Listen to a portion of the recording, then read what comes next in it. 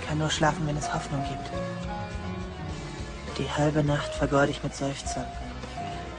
In einem schlaflosen Dösen verzehre ich mich. Nach den Händen, den Lippen, den Augen, wartend auf das große Tor. Es ist komisch, wenn es jemand gibt, in den du dich verliebst, an den du nur noch denken kannst, obwohl du weißt, dass du ihn niemals kriegst. Unglaublich aber wahr, es gibt diese Momente, in denen ich an nichts anderes außer an dich denke. Du bist besonders, so einzigartig, bis du mir verzeihen kannst. Glaub mir, so lang warte ich.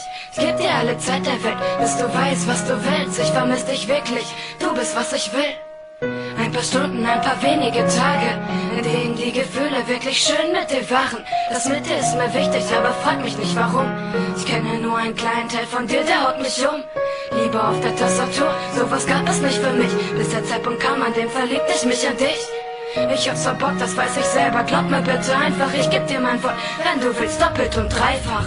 Es schien so einfach mit dir, wie niemals zuvor. Weißt du eigentlich, dass ich die Scheißangst verlor?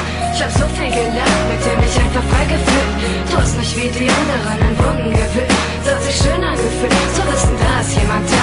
Ohne Stress, ohne Druck, weil es einfach nur Gefühle waren. Liebe ist ein großes Wort und braucht viel Zeit. Doch ich war das erste Mal seit lang dafür bereit. Es war kein Chaos mit dir, es war alles so leicht. Doch ich hab einen großen Fehler gemacht, das tut mir leid. Du hast dich kaum gemeldet und ich wusste, ich bin schuld. Meine größte Stärke ist nicht gerade diese scheiß Geduld. Du hast immer gesagt, ich will, dass du mein Mädchen bist. Ich will dein Mädchen sein, sag mal, hast du mich vermisst? Wovor hast du Angst? Ich will, dass du mit mir redest. Ich hab so viel zu sagen und ich hoffe, du verstehst es.